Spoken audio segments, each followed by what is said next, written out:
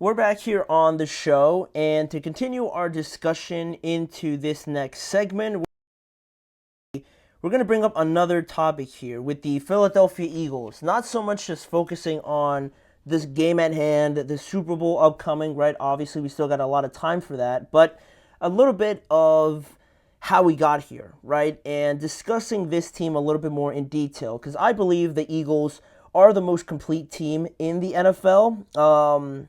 You look around up and down their roster, it's kind of crazy how almost at every position you look at who's starting, and almost every position is filled by arguably one of the best players in the NFL at that position, right? Obviously, Saquon, the entire offensive line, probably the best left tackle, left guard, right guard, even a little bit. So you got that. Jalen is obviously up there in some discussions as a very good quarterback. A.J. Brown, Devontae Smith is a very good number two. I don't even consider him that. They got two number ones. Dallas Goedert, underrated tight end. And then the defense as well. You can go up and down those positions and list out how many of those players are actually already considered among some of the best in the NFL. It's crazy. It's crazy how Howie Roseman and this team have built this roster up, and that's where we've sort of gotten to this position, and then just adding Saquon on top of everything, right? It's a little bit just like overkill. It's too much. It's too much. Like it's the Warriors with Steph, Clay, and KD, right? It feels just overwhelmingly just unfair to some extent, but with the addition of Saquon, like I mentioned, right, you wouldn't be wrong in saying that he's been a monumental reason for why they're back in the Super Bowl, right? Because you look at this team and how similar it is to the last two, teams that the Eagles have had, right? The majority of the players are still there, right? You lose guys like Fletcher Cox and Jason Kelsey, not anything to sneeze at, obviously, two Hall of Fame players there. But, for the majority of it, you still have almost the same players on offense. The offensive line has seen some changes, but still, you got your pillars there as well. The receivers are still pretty much the same. The defense has added, the likes of Jalen Carter, Jordan Davis, Quinion Mitchell, but again, still mostly a bunch of the same guys. But Saquon being added now, it's been a monumental difference, right? And, he should have broken the rushing record. They made their identity very much about running the ball and basing this play off of Saquon, right? Virtually the same guys, but he's added another dimension of elite level that, again, that's why I feel like it's almost unfair to an extent, right? With him, he's getting at least 100 yards in each playoff game, which is insane. He scored 5 times already, and it's just a perfect match when you pair up that offensive line with a guy, at the end of the day, he was selected number 2 overall in a draft, right? No running back. Nobody would ever dare say in any upcoming draft, I would predict that in any upcoming draft, even this one and anyone down the line, that no running backs probably ever going to be drafted in the top 2. I don't really foresee that happening just of the way the NFL is. And Saquon, was that good that he was selected number 2, right? And you pair him with this offensive line, it's nuts, but we do have that moment where you kind of pause, right? Because you also wouldn't be so far off accuracy when you highlight their defense also as a part of this team that's really been underrated, but just arguably as valuable, some might say, as Saquon has been to this team, right? Not a lot of people talk about the defense, right, as much as Saquon, because Saquon has put up historical numbers. He's jumping over people backwards. He's taking touchdowns back like 60, 70 yards multiple times already. It's nuts, and it draws you in very much, right? But the defense has been pretty remarkable, the way that they've turned things around from last year to this year. The extent of how they've done that has been, again, remarkable, right? Because you look at this defense last year, and last year they ranked 30th in scoring defense. They were 26th in total defense. They were 31st in passing defense, and they were 30th in points allowed in the NFL. All last year with a bunch of the same guys, right? But then this year, You add a lot of great pieces, right, that I'm going to get to, but this year they're second in scoring defense, first in total defense, first against the pass, and second overall in points allowed. They've only allowed 17 points, pretty much, 17 or 18 points per game during the regular season.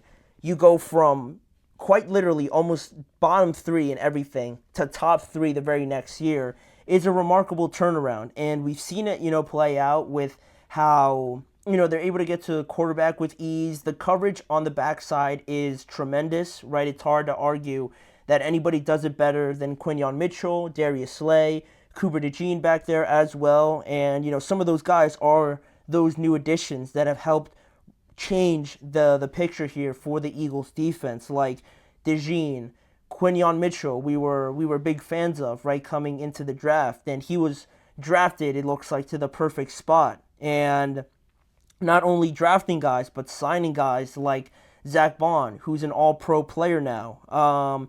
Bringing back C.J. Gardner-Johnson, developing guys like Nolan Smith, Jalen Carter, Nakobe Dean, Jordan Davis. All these guys are hitting like that first moment where you're thinking, all right, like these guys are established now, they're getting it, and they're starting to flourish in their roles and are even, taking steps above that. And when you have all of them doing it at the same time, you get results like this, right? All these Georgia players, right? They all went to Georgia, right? Nolan Smith, Jalen, Nakobe Dean, and Jordan Davis, they're all playing at an exceptional level. And of course, you can't go without mentioning Vic Fangio.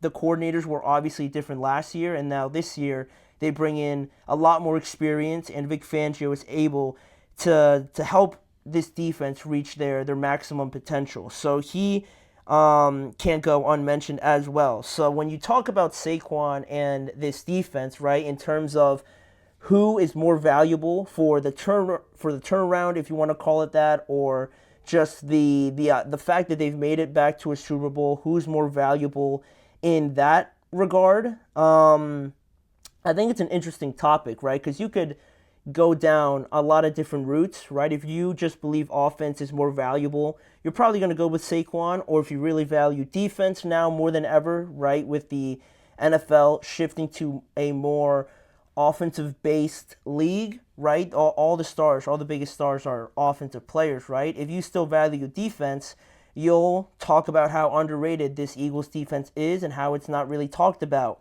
as much. And I think to kind of give my answer on where I feel this debate sort of lies and where we can find an answer, I think Kellen Moore has been just as important as well. Just as important as Vic Fangio is, Kellen Moore being added to this team has been a tremendous thing, right? And I don't want to sound like I'm minimizing Saquon because, again, he's doing like beyond athletic, beyond just like normal top-tier running back things. He is remarkable out there, but I think with the addition of Kellen Moore, not that any other running back would give you similar results, but you bring in a guy like, I'm trying to think who was like a free agent. If they brought in like Tony Pollard or like Josh Jacobs even as well too, who's a very good running back, but there wasn't a lot of free agent ones that I can think of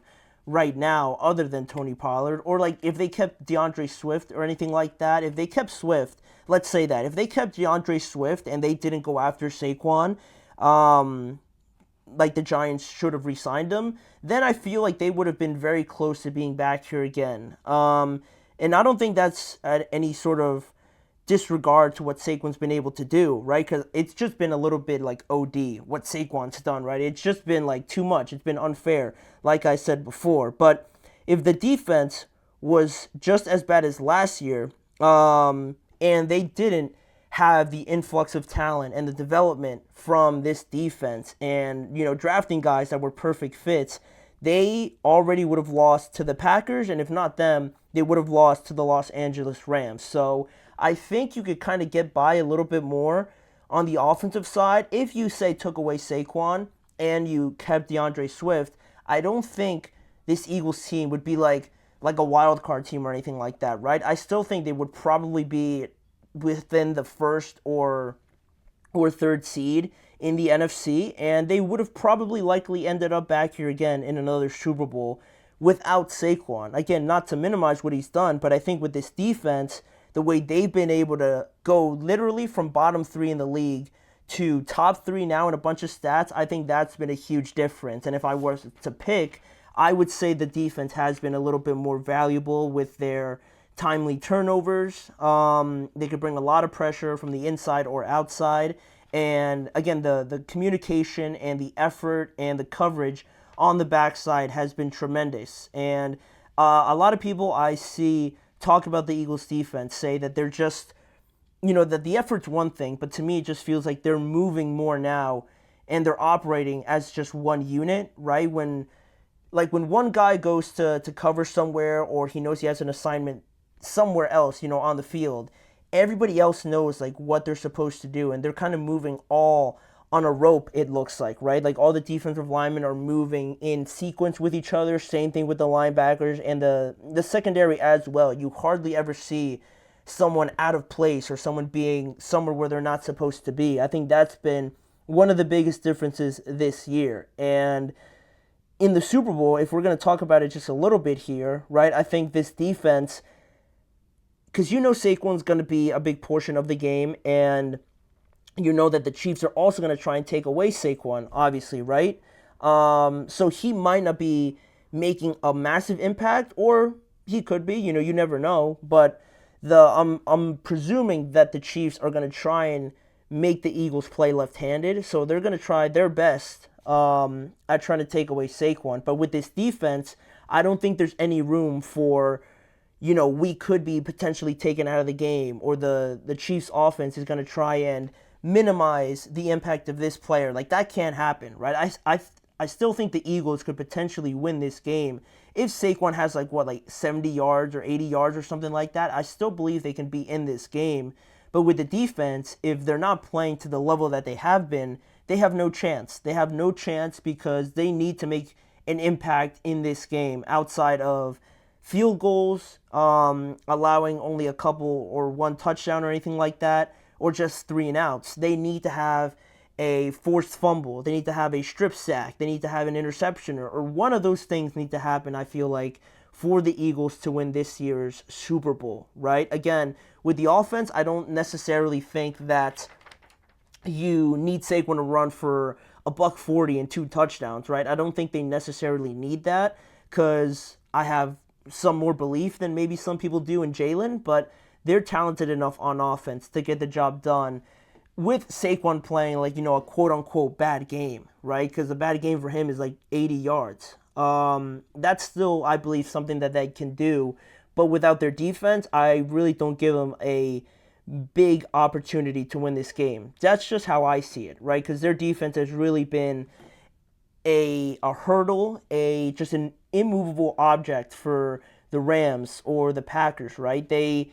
In moments in those games, you felt like they were close, like they could be close to doing something, maybe coming back in the game, but it was always a forced fumble, an interception in the Packers game, turnovers galore in the Commanders game that have made the difference every single time. So I just feel like that defense needs to play like that, essentially, right? There's no room for error. That's why I think they're more valuable. But for you guys can let me know what you think. I just thought that was an interesting piece of discussion that we could bring up on today's show. But for right now, we're going to move on and we're going to discuss some more things, right? Looking at the bigger picture and looking at the entire playoff landscape so far. Now that we're already at the Super Bowl, we're going to look back a little bit and rank our top 5 playoff performers of this year's playoffs. I got a list here on my top 5 on who I believe has been the most impactful players in this year's playoffs. So don't go anywhere.